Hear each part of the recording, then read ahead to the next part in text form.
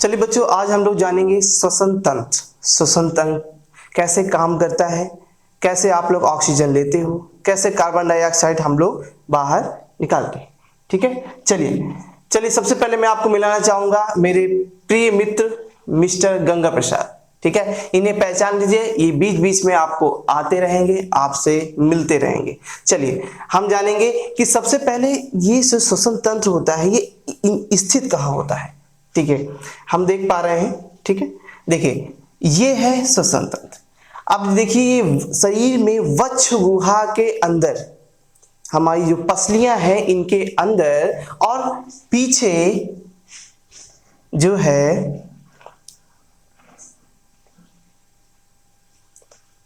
है इसको देखेंगे,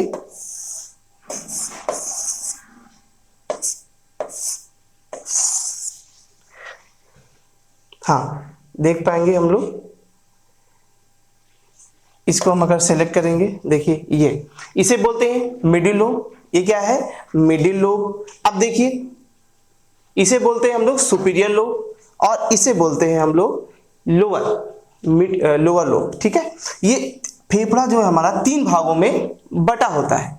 ठीक है, इसी प्रकार मैं आपको एक चीज बता दूं कि जो हमारा लेफ्ट फेफड़ा है वो राइट फेफड़े से थोड़ा सा छोटा होता है। क्यों? क्योंकि आप देख पा रहे हैं कि मध्य में हमारा हृदय मौजूद है और इसी कारण ये जो फेफड़ा है, जो हमारा लेफ्ट साइड का जो हमारा फेफड़ा है, लंग्स है, ये क्या थोड़ा सा छोटा होता है। किसकी कंपैरिजन? राइट फेफड़े का। क्योंकि हमने बताया आपको हार्ट वाले वीडियो में कि हार्ट जो है ये हल्का सा बाईं ओर झुका हुआ होता है। ठीक है, चलिए अब देखेंगे इसकी। सबसे पहले मैं आपको स्थिति एक बार दिखा दूं। ये आप लोग देख पा रहे हैं कैसे जो है ये पीछे कशेरुकदंड मौजूद है। ये है हमारी कशेरुकदंड जो कि खंड जो है मौजूद है। अब देखिए इसी को अगर हम आगे की तरफ करके देखेंगे तो आप देख पा रहे हैं कि ये हमारा फेफड़ा है। ठीक, अब देखिए ये जो हमारी स्थिति है इसे बोलते हैं ट्रैकिया। ठीक है, क्या बोलते हैं? ट्रैकिया। और इसे बोलते हैं, देखिए यहां पर, ठीक है ये। और एक बार बता दूं, हमारे जो श्वसन तंत्र है वो नोज से स्टार्ट हो जाती है और ये जो है डायफ्राम तक चलती है। इसमें बहुत सारी चीजें हैं, अब हम आगे जानेंगे इस क्या क्या है। चलिए आप पहले इसको अच्छे से देख लीजिए, ये है। ठीक है, मैं आपको 3D इमेज के द्वारा मैं आपको पूरा दिखाने का प्रयास कर रहा हूं और अपने मित्र से मैंने आपको मिलाया है, इसका नाम है मिस्टर गंगा प्रसाद। चलिए अब हम लोग चलते हैं आपको इसके दूसरे चित्र में। देखिए जैसे कि आप अभी मैंने आपको दिखाया है उसको हम लोग इस चित्र के माध्यम से और समझेंगे। ठीक है, चलिए देखिए जैसे कि मैंने आपको बताया कि हमारा जो श्वसन तंत्र है वो नोज से स्टार्ट हो जाता है और ये नोज से स्टार्ट हुआ। इसमें कौन कौन सी चीजें होती हैं? नेजल कैविटी, इसको हम लोग नेजल कैविटी बोलते हैं, और नेजल कॉन्काई, ठीक है, और नेजल वेस्टिबल, 3 चीजें होती हैं। अब यहां से हमारा जो श्वसन तंत्र स्टार्ट होता है, यहां पर आपको फेरिंक्स मिल जाएगा। ये फेरिंक्स है। ठीक है, इसका काम क्या है? फेरिंक्स जो है माउथ और नोज का कॉमन सैक होता है। ठीक है, यहां पर कॉमन रास्ता होता है, इसी की वजह से हम लोग माउथ से भी हम लोग ऑक्सीजन ले सकते हैं। अगर हमने नोज बंद कर दी तो माउथ से भी हम लोग ऑक्सीजन ले सकते हैं। चलिए ठीक है, अब देखिए यहां से वायु जाएगी और यहां से होती हुई हमारे लंग्स तक पहुंचेगी। ठीक है, चलिए इस रास्ते में आपको फेरिंक्स मिल गया, इसके बाद लैरिंक्स मिल गया। ठीक है, यहां पर एक संरचना पाई जाती है एपिग्लॉटिक्स, ये बहुत ही विशेष संरचना है।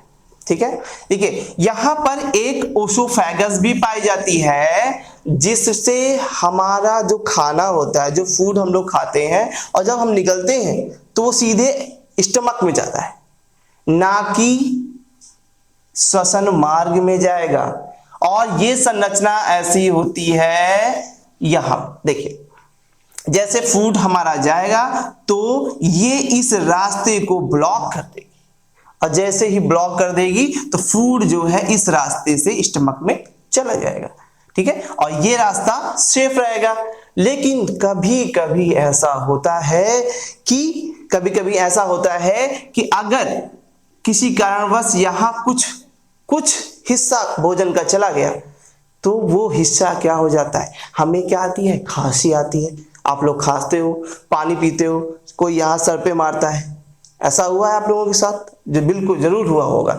चलिए देखिए, इसके बाद आप समझ गए, ओसोफेगस समझ गए आप, एपिग्लॉटिक्स समझ गए आप, रैरिंग्स समझ गए, ये हिस्सा जो है रैरिंग्स का होता है और ये फेरिंग्स का होता है, नोज समझ गए, ठीक है। अब देखिए हम लोग आगे चलते हैं। चलिए आप देखेंगे ये ट्रैकिया का हिस्सा, ये जो हिस्सा पूरा आप देख पा रहे हैं ये कैसा है, ट्रैकिया का हिस्सा है, जिससे वायु जो है यहाँ, ये वायु का रास्ता है और ये कहां तक जाता है, लंग्स तक जाता है हमारे, ठीक है। अब देखिए इनमें आप रिंग्स देख पा रहे हैं, ये कुछ ऐसे अब बनी हुई है, तो आप रिंग्स देख पा रहे हैं, इनका क्या कार्य होता है। अब देखिए अगर मान लीजिए श्वसन लेते वक्त ये जो पाइप है, ठीक है, ये जो ट्रैकिया है, ये पिचक जाए, दब जाए, तो क्या आप श्वसन कर पाएंगे? बिल्कुल नहीं कर पाएंगे, और इससे मनुष्य की मृत्यु तक हो सकती है, ठीक है। इसलिए नेचर ने हमें ये रिंग्स प्रोवाइड किए, इसे बोलते हैं ट्रैकियल एंड ब्रोंकाई रिंग्स। ये रिंग्स इस पाइप को, इस विंग पाइप को पिचकने नहीं देते, ठीक है, और ये रास्ता हमेशा खुला रहता है ताकि वायु का आदान प्रदान हो सके। चलिए ये ट्रैकिया हो गया। इसके बाद आगे हम लोग चलेंगे, देखेंगे इनको क्या बोलते हैं, ठीक है। ये ट्रैकिया हो गया, इनको ब्रोंकाई बोलते हैं, ठीक है। ये जो दो रास्तों में विभाजित हो गया ट्रैकिया, ये ब्रोंकाई कहलाता है। अब ये छोटे छोटे रास्तों से होता हुआ एल्वलाई तक पहुंच जाएगा। एल्वलाई क्या होता है बताता हूं आपको, लेकिन उससे पहले जानिए ये ब्रोंकाई हो गया। अब ये अगर इसका बहुवचन हम करेंगे, क्योंकि ये बहुत सारी शाखाओं में विभाजित हो जाएगा, तो इसे ब्रोंकियोल्स बोलेंगे, ठीक है, याद रखिएगा, ब्रोंकियोल्स बोलेंगे इसे। और ये आगे जो है पूरे लंग्स में जो है विभाजित होता रहता है, ठीक है। चलिए, बट लास्ट स्टेज पर आपको मिलेंगे एल्वोलाई, ठीक है। अब ये इसको अगर हम बहुत ही ब्रॉड करके देखेंगे तो कुछ ऐसी संरचना आपको मिलेगी, ठीक है। चलिए आपको मैं उससे पहले आपको बता दूं कि लंग्स को हम लोग कितने भागों में डिवाइड कर सकते हैं। एक्चुअल में मैंने आपको बताया कि जो राइट आपका फेफड़ा होता है, जो आपका दाहिना फेफड़ा होता है, वो बाएं फेफड़े से थोड़ा सा बड़ा होता है, और जो बायां फेफड़ा होता है वो छोटा होता है। ऐसा क्यों बताया? ऐसा क्यों? क्योंकि आपको हार्ट वाले वीडियो में मैंने आपको बताया था कि हार्ट हमारे यहाँ पर मिडिल में मौजूद होता है, लेकिन वो बाईं तरफ का झुका हुआ होता है। इसी कारण वहां पर जगह बन सके, इसलिए नेचर ने इस फेफड़े को थोड़ा छोटा बनाया है इस फेफड़े की अपेक्षा। अब देखिए, चलिए इसको हम बात करेंगे। ये है आपका जो है फ्रंट सुपीरियर लोब बोलेंगे, इसे क्या बोलेंगे? इसे इस हिस्से तक इसको सुपीरियर लोब बोलेंगे, इस हिस्से तक इसे मिडिल लोब बोलेंगे, और नीचे जो है इसे इंफीरियर लोब्स बोलेंगे, ठीक है, इसे इंफीरियर लोब बोलेंगे, ठीक है। चलिए आगे देखते हैं।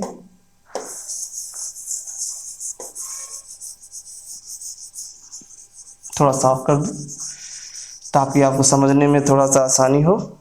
चलिए अब देखते हैं। चलिए तो आप समझ गए सुपीरियर, मिडिल और लोअर। इसमें मिडिल लोअर नहीं पाया जाता है, इसमें आपका सुपीरियर लोब और इंटीरियर लोब ही मौजूद होता है, ठीक है। चलिए अच्छा, इन सब चीजों में एक विशेष संरचना है जिसको हम लोग भूल रहे हैं, वो है डायाफ्राम।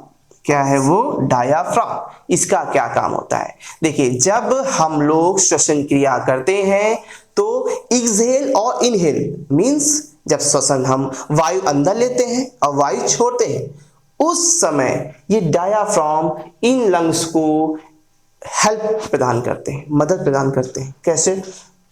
जैसे देखिए, एक्चुअल में ऐसा होता है कि जब फेफड़े हमारे श्वसन छोड़ते हैं, वायु छोड़ते हैं, ठीक है, तो फेफड़ों का जो दाब होता है वो निम्न होता है, ठीक है।